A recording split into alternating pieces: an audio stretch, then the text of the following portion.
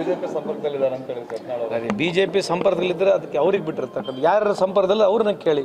ಈಗ ಯತ್ನಾಳ್ ಸಾಹೇಬರು ಅವ್ರು ಏನು ಸರ್, ಅವ್ರು ಏನನ್ನ ಮಾತಾಡ್ಬೋದು, 1 2 3 ಆಲ್ ಇಂಡಿಯಾ ಫ್ರೀ. ಸೊ ನಾವೇನು ಹೇಳೋಣ ಹೇಳ್ರಿ, ಅವ್ರು ಏನನ್ನ ಹೇಳ್ತಾರೆ, ನಾವು ಹೆಂಗೆ ಅದಕ್ಕೆ ಉತ್ತರ ಕೊಡೋಣ? ಯಾಕಪ್ಪ ನನ್ನ ಮೇಲೆ ಸಿಟ್ಟಿದೇನೋ ಮಾರ ನಿನಗೆ? ಇಲ್ಲ ಅಲ್ಲ, ನಮ್ಮ ಪಾರ್ಟಿ ಅದೇ ರೀ ಬ್ಯೂಟಿ ಇರೋದು. ಈಗ ನಿಮ್ಮ ಮನೆಗೆ ಡಿಫ್ರೆನ್ಸ್ ಇಲ್ವಾ?